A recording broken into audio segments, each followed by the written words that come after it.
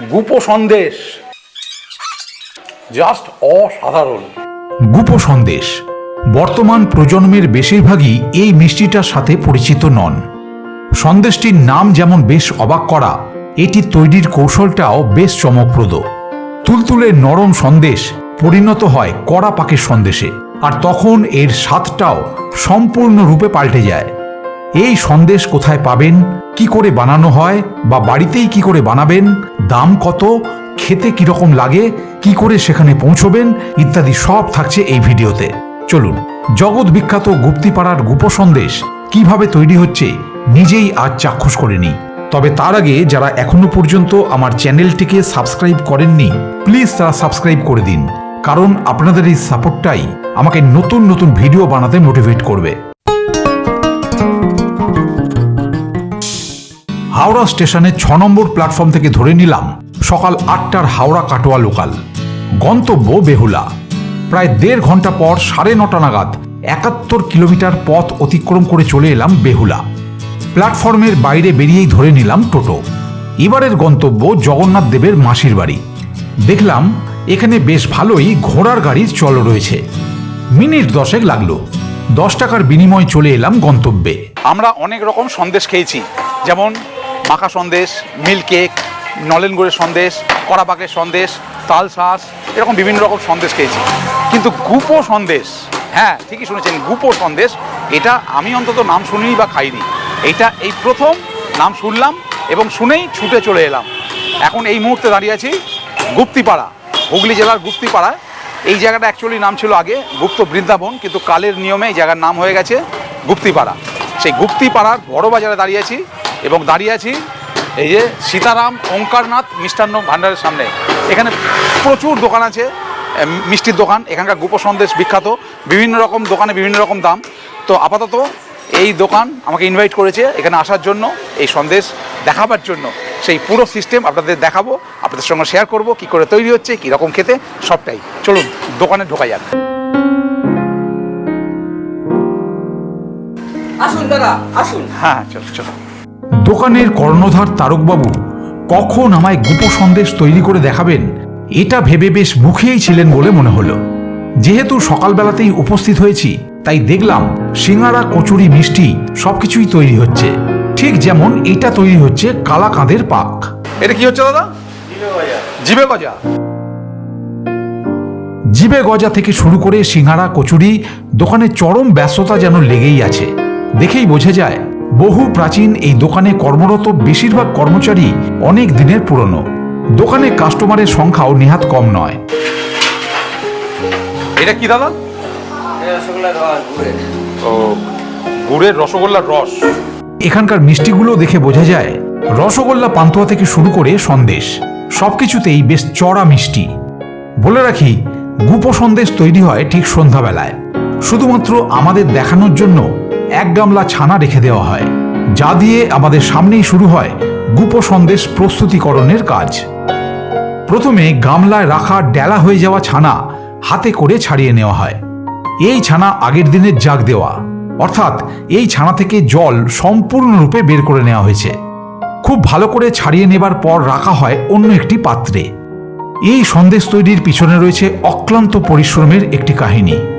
সব ছানা তুলে নেওয়ার পর বারকোষে লেগে থাকা ছানাও চেঁচে তুলে নেওয়া হয়।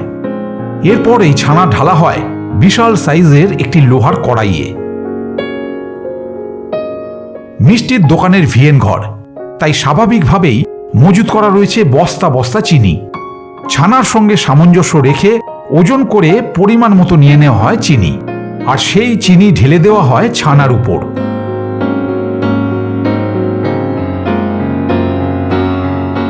এরপর শুরু হয় ছানার সঙ্গে চিনি মিশিয়ে গুপো সন্দেশের পাক তৈরির কাজ।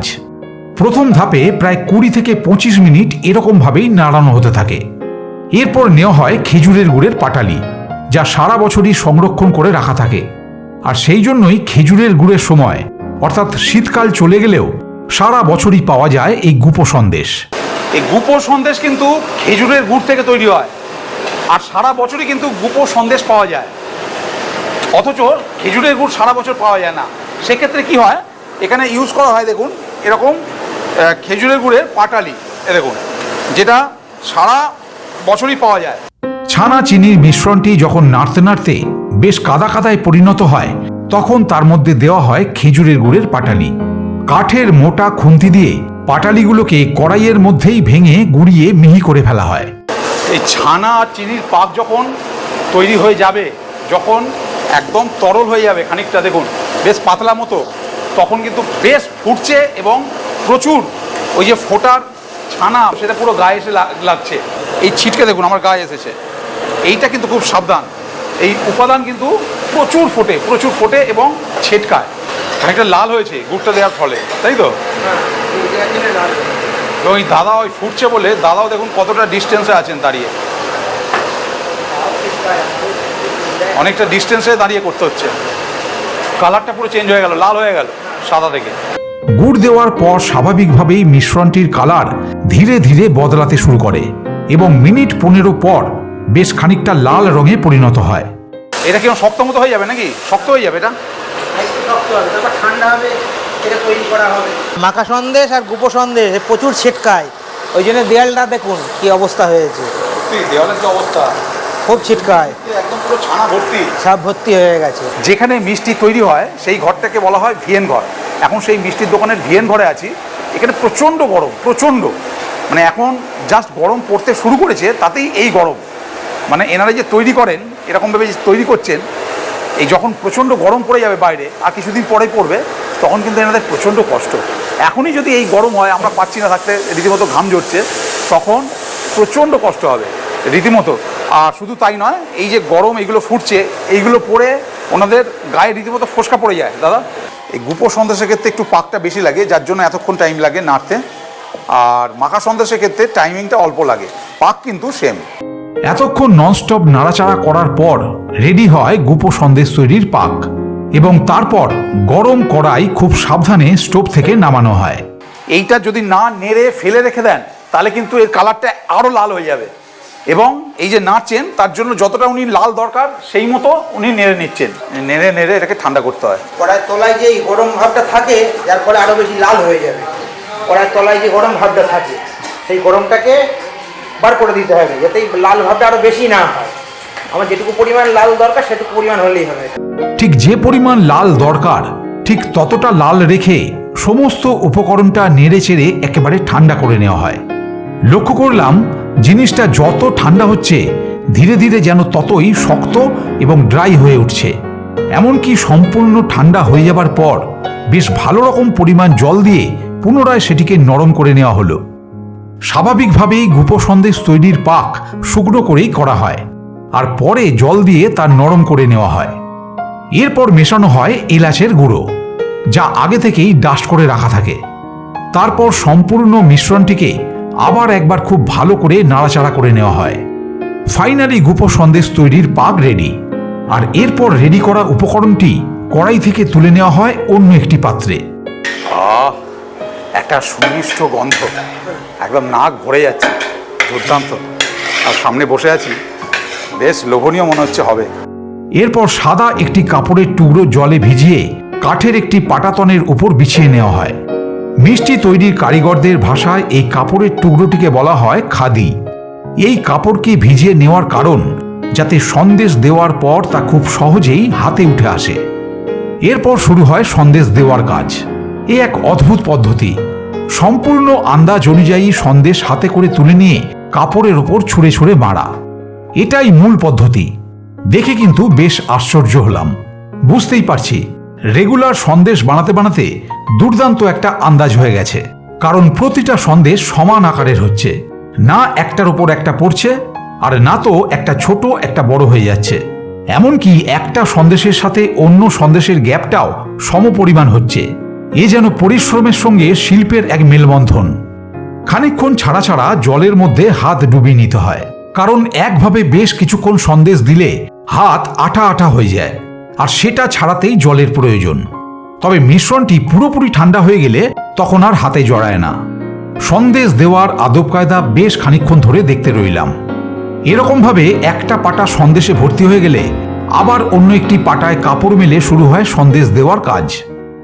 এই গুপো সন্দেশ তৈরি হবার পর নরম, এটাকে শক্ত হবার জন্য ওয়েট করতে রাখা হয়। এ দেখুন যেমন রেখে দেওয়া হয়েছে এখানে। এখন কিন্তু সন্দেশ বাইরে একদম শোকেসে যায়নি, এখানে এরকমভাবে রাখা হয়েছে সন্দেশগুলোকে। এ দেখুন এরকমভাবে সন্দেশগুলোকে রাখা হয়েছে। তারপর এগুলো শক্ত হবে, শক্ত হবার পর এই বিকালবেলা নাগাদ এগুলো শোকেসে গিয়ে সাজানো হবে এবং দুটো করে সন্দেশ একসঙ্গে জুড়ে দেওয়া হবে এবং বিক্রি হবে 25 টাকা করে। মানে এক একটা সন্দেশের দাম পড়লো পার পিস 12.5 টাকা। সন্দেশ তৈরি হয়ে গেলেই কিন্তু শোকেসে রাখা হয় না, প্রায় ঘন্টা 4-5 পর শক্ত হলে সেগুলো বিক্রির জন্য বাইরের শোকেসে সাজানো হয়। এতক্ষণ ধরে আমরা গুপো সন্দেশ তৈরি দেখলাম, কিন্তু এত লোভ লাগছিল যে কখন খাই মনে হচ্ছিল, যার জন্য দাদাকে বললাম আনতে। এই যে দাদা নিয়ে চলে এসেছেন একটা গুপো সন্দেশ, এবার একটু খেয়ে দেখি। হ্যাঁ দাদা, থ্যাংক ইউ। একটা সন্দেশ উনি দেখলেন, মানে এটা নরম ছিল, এখন বেশ শক্ত হয়ে গেছে দেখছি। খেয়ে দেখি কি রকম সন্দেশটা। এই হচ্ছে গুপো সন্দেশ। বেশ একটা দানা দানা ভাব, একটা গুড়ের সেন্ট এত মমো করছে এর মধ্যে। হ্যাঁ, তবে একটা কি মিষ্টিটা একটু চড়া, খুব হালকা না, আর প্রচণ্ড যে একদম কিরকিরি মিষ্টি তাও না। দোকানটি জগন্নাথ দেবের মাসির বাড়ির একেবারে উল্টো দিকে হওয়ায় চোখ বুজে এখানে চলে আসা যায়। একজন দাদাকে দেখছি যে এই দোকান থেকে প্রচুর মিষ্টি কিনে বেরোচ্ছেন, একটু জিজ্ঞেস করা যাক। দাদা আপনি কোথা থেকে আসছেন? আমি সল্টলেক থেকে আসছি। আচ্ছা দাদা, অনেক মিষ্টি নিয়েছেন, অনেক বাক্স মিষ্টি দেখতে পাচ্ছি। কলকাতা কোথা থেকে?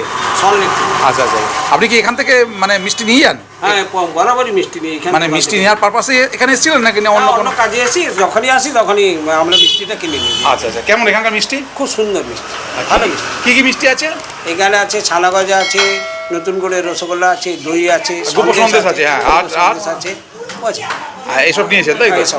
কেমন কোয়ালিটি? খুব ভালো তাই তো? কোয়ালিটি খুব ভালো। আমি তারকনাথ সীতারাম ওঙ্কারনাথ মিষ্টান্ন ভাণ্ডারের কর্ণধার, প্রসিদ্ধ গোপো সন্দেশ বিক্রেতা। আমাদের পরম্পরা অনুযায়ী 500 বছরেরও বেশি আমাদের এই গোপো সন্দেশ চলে যাচ্ছে। আমাদের দোকানে অনেক রকমই মিষ্টান্ন আছে, কিন্তু তার মধ্যে এটাই সবচেয়ে প্রসিদ্ধ। প্রায় 500 বছরের ওপরে এই মিষ্টিটা চলছে। আপনাদের কাছে সবাইকে স্বাগত। আসুন একদিন আপনারা এসে গোপো সন্দেশ খেয়ে যান। সন্দেশ কত করে দাম? সন্দেশ 25 টাকা করে জোড়া হিসেবে, আর বাজার অনুপাতে যেটি ছানার দাম বাড়ে তখন সেটা 30 টাকা জোড়া হতে পারে। আর এখানকার দাদা সব দোকানে কি মোটামুটি একই দাম নাকি না বিভিন্ন? না, সবই একই দাম আছে, আবার কোয়ালিটি অনুযায়ী একটু দামটা কম আছে। আপনাদের কোয়ালিটি কি এক নম্বর কোয়ালিটি? আমরা এক এবং অনবদ্যভাবেই চলছি। এইবার ফেরার পালা। দেখলাম এই অঞ্চলের প্রায় প্রতিটা দোকানের শোকেসে গুপো সন্দেশ সাজানো রয়েছে। আবার নতুন একটা অভিজ্ঞতা সঞ্চয় করে বাড়ির পথে পা বাড়ালাম। আবার হয়তো কোনোদিন খেতে চলে আসবো গুপ্তিপাড়ার গুপো সন্দেশ।